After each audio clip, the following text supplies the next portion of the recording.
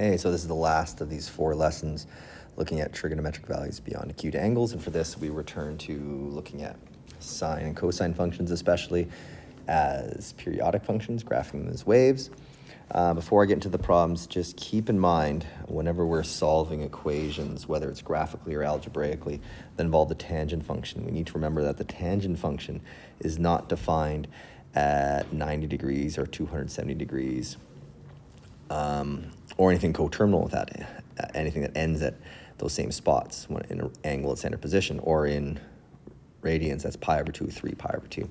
So for example, in this example here, the graph in green, which is the graph of sine squared 3x plus 2, and the graph in red is the 3 tan x cos x.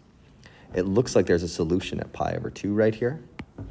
But if that was the case, that means when x is pi over 2, the left side of the equation equals the same value as the right side of the equation. But when x is pi over 2, that tan x function can't actually exist. Tan is undefined at that point, and so it can't actually be one of the solutions.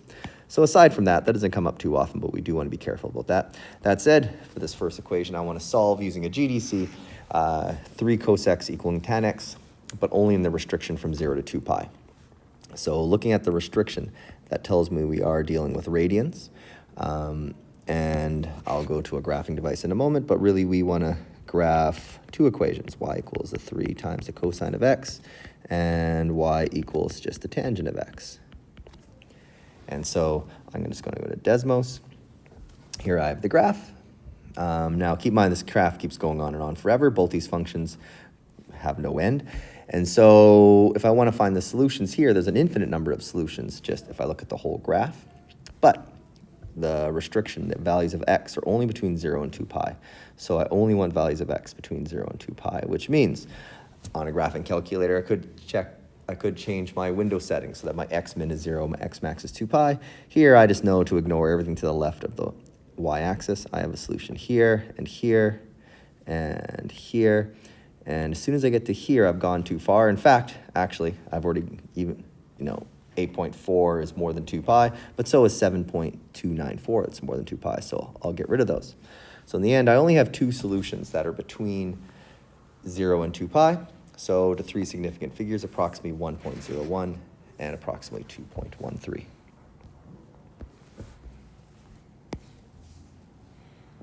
Keep in mind these are approximations, and so I'll just write them to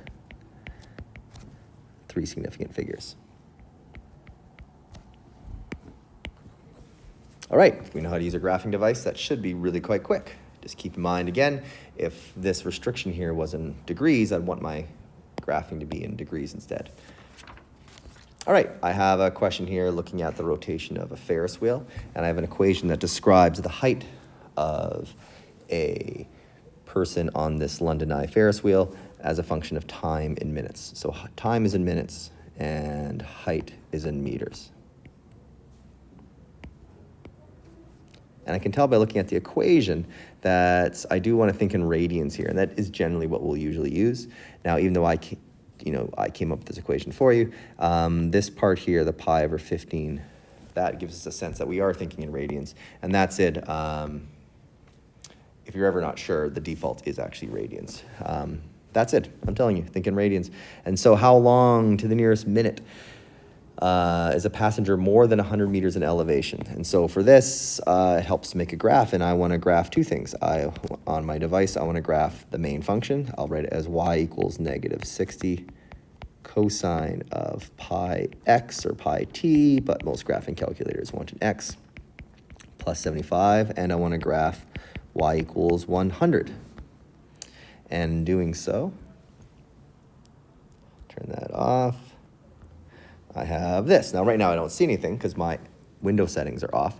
Keep in mind, I want to adjust my y min and y max to actually see the height in meters of this Ferris wheel, as well as my x min and x max to see the time. And here I can see a full cycle of this, and the red line obviously is the height of 100 meters, and I can see that the Ferris wheel reaches 100 meters on the way up at around 9.5 minutes, and it reaches 100 meters on the way down at around almost 20.5 minutes. And so the time that a person is more than 100 meters is the difference between these. And so in general, all I need is there and a quick little calculation. And so I can say here that these two equal one another, or I can say height or y equals 100 meters when or at x time, whatever, and maybe I'll put time because that is the variable I used in the beginning. Time, one time is approximately 9.552 and 20.448. So that's when it's pretty much right at 100 meters. It's more than 100 meters when I find the difference of these. So I can find it's more than 100 meters when I go the larger minus the smaller. Keep in mind, all of this is an approximation, rounded to the nearest minute. Well, first you get about 10.9 minutes, so round to the nearest whole minute, we get approximately for 11 minutes. The person is more than 100 meters. All right, next question is just how many solutions are there to this equation here? Now, first keep in mind, if I look at the equation on the left, that cos squared 2x, just keep in mind again that cos squared 2x means the cosine of 2x all squared, and that's most likely how you need to type it into your device, plus the cosine of 2x. That's the left-hand side of my equation. Right-hand side is just sine x over tan x.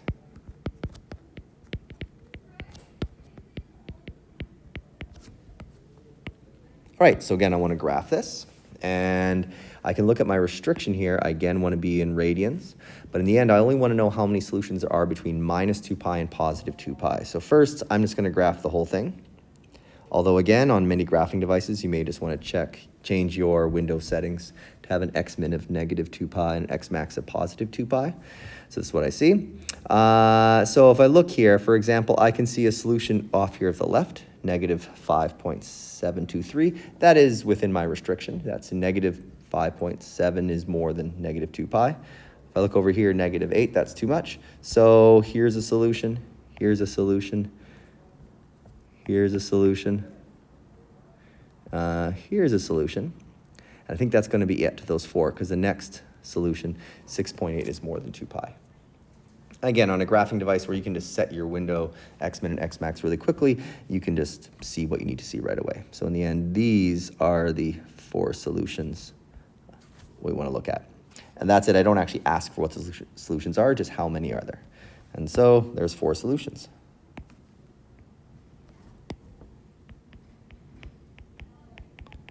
So four solutions in that restriction of minus 2 pi is less than or equal to x, which is less than 2 pi. All right, lastly, I want to solve this equation in two ways. I want to solve it algebraically and then confirm that I'm right using a graphing device. So if I look at my equation, first notice I do want to think in degrees here. My restriction is between 0 and 360 degrees. And I have an equation of 1 minus sine squared x equals 1 minus cos squared x. We'll first make a little note here. From last day, we saw this really important identity, that the Pythagorean identity, that sine squared x plus cos squared x always equals 1. And since this is always true, I can rearrange this in any way I want. So for example, if I subtract cosine or cos squared x from both sides, that means sine squared x must always equal 1 minus cos squared x. The reason I want to mention that is if I look at 1 minus cos squared x, that's the exact same thing I have here, which means I can substitute the right side of the equation with just the sine squared x, which means my equation has only the same type of function, the sine function. And I could do something similar if I wanted with the left-hand side, but I don't feel like doing that. And so I can rewrite my equation now as 1 minus sine squared x equals just sine squared x. And now I can solve this. How would I do that? Well, I can add sine squared x to both sides. And so if I do that, I have just 1 on the left-hand side. On the right side, I have sine squared x plus another sine squared x, which means I have 2 sine squared x. If I divide both sides by 2, that means I now have sine squared x equals a half. And remember, sine squared x means sine x times itself, which means that I can square root both sides. And so I have just sine x on one side, and the other side I do have plus or minus. Remember, when you square both, when you have something like this in which something squared equals a positive value, there's always two solutions, a positive and negative. So I have the square root of 1/2, which is the same as just 1 over root 2, because the square root of 1 is a perfect square. Well, 1's a perfect square. And now I just need to figure out, okay, where does sine equal positive 1 over root 2, and where does sine equal negative 1 over root 2? And so this goes back to the last lesson. From memory, ideally, we know that sine x equals positive 1 over root 2 at 45 degrees. That's in the first quadrant, and 135 degrees. That's in the second quadrant. This all goes back to the last lesson. As well, though, where does sine equal negative 1 over root 2? That was in the third and fourth quadrants. So sine x equals negative 1 over root 2 in the third quadrant, we have 225 degrees. In the fourth quadrant, we have 315 degrees. And all of that, again, if we're not sure about some parts of the last lesson, we need to go back to that.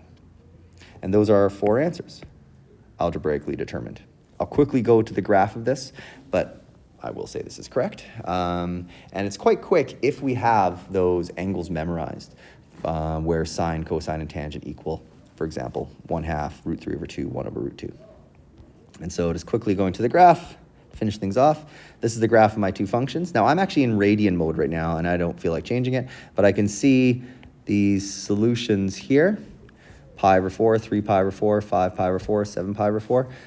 Those are the same angles I just wrote down, except these are in radian mode. These are in radians, I mean. I could change this into degree mode. I just don't feel like it. I can see I'm right. Pi over 4 is the same as 45 degrees.